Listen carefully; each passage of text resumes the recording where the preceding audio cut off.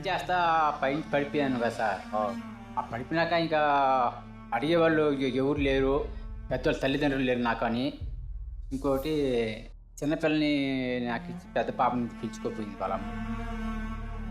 మీకు మీ పెద్ద పాపను ఎప్పుడు చూడాలని అనిపించదా? చెయ్యి ప్రాబ్లం అయితే పోయేవాడిని, కాలు వల్ల పాలేకపోయే ఇబ్బందిగా ఉంది.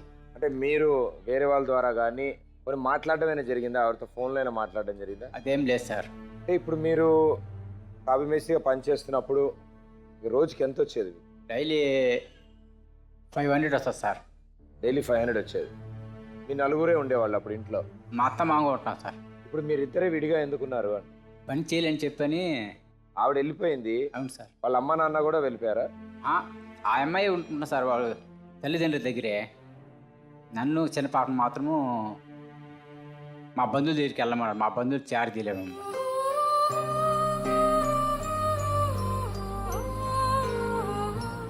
మీ ఇద్దరిని ఇంట్లోంచి వెళ్ళమన్నారు కదా, మీ చుట్టాల ఇంట్లో ఉండండి, వెళ్ళండి, ఇక్కడ వద్దు అని పంపించారు మీరు.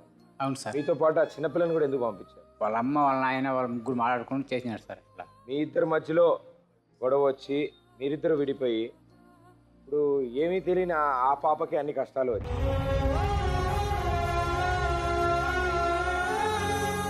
ఆ వయసులోనే తల్లి ఎలా ఉంటుందో కొంచెం కొంచెమే తెలుసు. తాను చదువుకోవాలి, బయటికి వెళ్ళి తన తండ్రి కోసం అన్నం తీసుకురావాలి.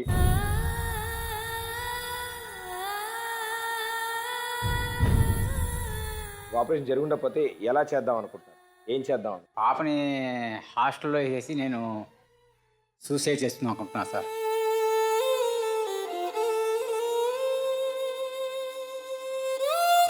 చాలా తప్పు సార్, అలా ఆలోచించకండి మీరు. ఎందుకంటే మీరే ఆ పిల్లకి అంతా సర్వస్వం, మీరే అన్నీ. అంత చిన్న వయసులో మా నాన్న కోసం నేను బయటికి వెళ్ళి అన్నం తీసుకొస్తా, మా నాన్న కోసం నేను చదువుతా, మా నాన్న కోసం నేను డాక్టర్ అవుతా అని అన్ని ఆశలతో ఉన్న పిల్ల ఆ పిల్ల.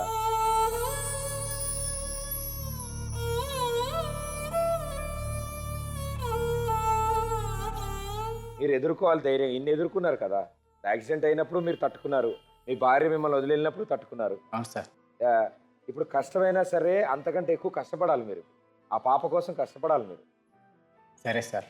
ఇంత చిన్న వయసులో ఆ పాపే మీకోసం కష్టపడుతుందంటే ఆమెను కన్న తండ్రి మీరు. ఆమెకు 10 ఎక్కువ మీరు కష్టపడైనా మీ కూతురు బాగా చూసుకోవాలనుకో. అలాగే సార్. చూసుకోవాలి సార్. ఆత్మహత్య చేసుకోవడం కానీ, సమస్య వచ్చిందని దాని దగ్గర నుంచి పారిపోవడం మాత్రం ఇలాంటి నిర్ణయాలు చేసుకోకండి. వాళ్ళ తల్లి ఎంత చిన్న వయసులో ఆ పాపని, అప్పటికి 6 ఏళ్ళు ఉంటాయమ్మా నీకు? 6, 7 ఉంటాయి. 6, 7 ఏళ్ళు.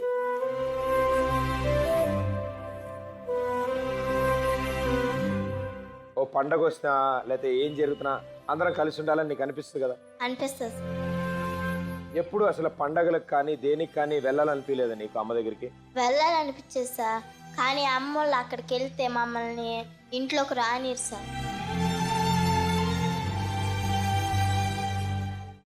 అమ్మ, అలాంటి వాళ్ళది నిజమైన ప్రేమ కాదు, అది వ్యామోహం.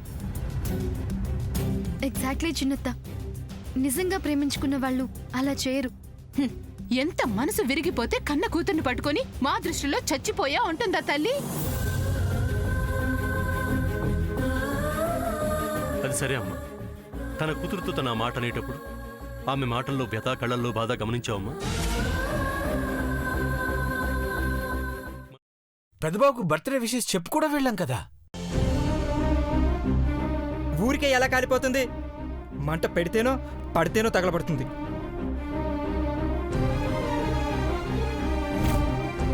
కరెక్ట్ చిన్నబాబు, నీకొచ్చినట్టే నాకు డౌట్ వచ్చింది. పార్వతే షర్టును తగలబెట్టిందనుకుంటా.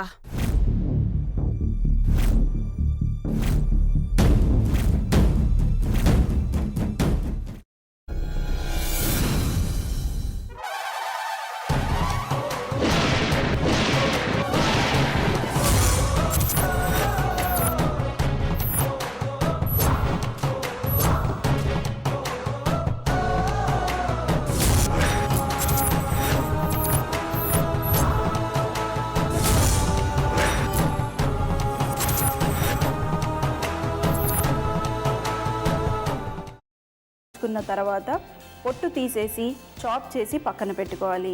ఒక ప్యాన్లో కొద్దిగా నూనె వేడి చేసి అందులో ఆవాలు, మినప్పప్పు, శనగపప్పు, కరివేపాకు, సన్నగా తరిగి పెట్టుకున్న ఉల్లిపాయలు వేసుకుని 1 నిమిషం పాటు వేయించుకోవాలి. ఆ తర్వాత కాల్చి కట్ చేసి పెట్టుకున్న వంకాయని కూడా అందులో వేసుకుని బాగా మిక్స్ చేసి బౌల్లోకి ట్రాన్స్ఫర్ చేసుకుని అందులో తగినంత చిక్కటి పెరుగు లేదా పల్చటి పెరుగు వేసుకుని మిక్స్ చేసి అన్నంతో కానివ్వండి, చపాతీతో కానివ్వండి సర్వ్ చేసినా చాలా బాగుంటుంది.